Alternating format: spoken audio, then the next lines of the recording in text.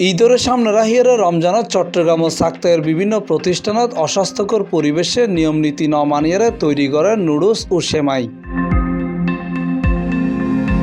চট্টগ্রাম নগরীর বাকলিয়া থানাধীন সাক্তাই এলাকায় র্যাব সাতর নেতৃত্বে যৌথভাবে দ্রব্যমূল্য নিয়ন্ত্রণ ও ভেজাল বিরোধী অভিযান পরিচালনা করা হয়।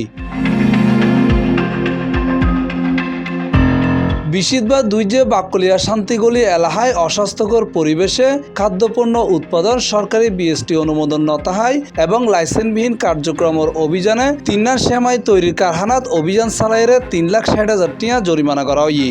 নির্বাহী ম্যাজিস্ট্রেট সহকারে ভোক্তা অধিকার, কৃষি বিপণন কর্মকর্তা এবং বিএসটিআই সহকারে যৌথ একটি মোবাইল কোর্ট পরিচালনা করছি।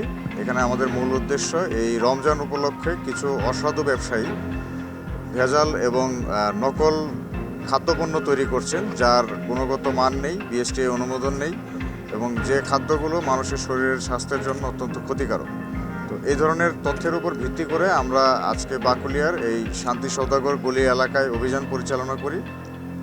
এখানে আমরা মোট 3টি এই ধরনের ফ্যাক্টরি খুঁজে পেয়েছি, যে ফ্যাক্টরিগুলোতে সরকারি কোনো অনুমোদন নেই, বিএসটিআই এর কোনো অনুমোদন নেই এবং তাদের যে খাদ্যের যে কোয়ালিটি, এই কোয়ালিটি মেনটেনেন্স করা হচ্ছে কিনা এই ধরনের পরীক্ষা করার কোনো মেশিন তাদের কাছে নেই।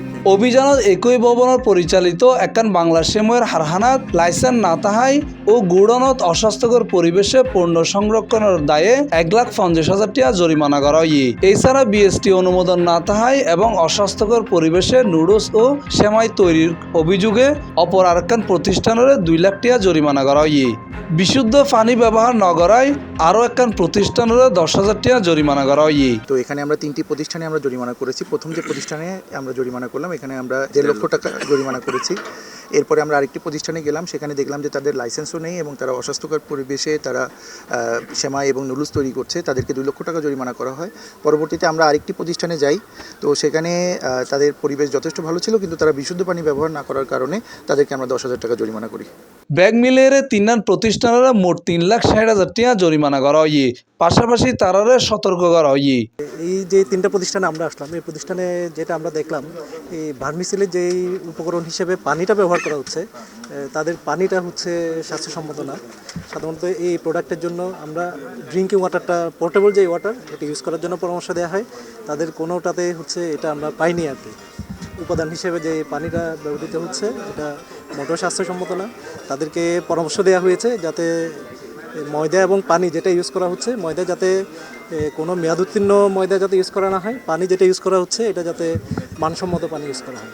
অভিযানের সংশ্লিষ্ট কল জানাইয়ে জনস্বার্থে এই ধরনের অভিযান ভবিষ্যতে নিয়মিতভাবে পরিচালিত হইব। Mohammad Nizamuddin Tipu, C+ TV, Chittagong.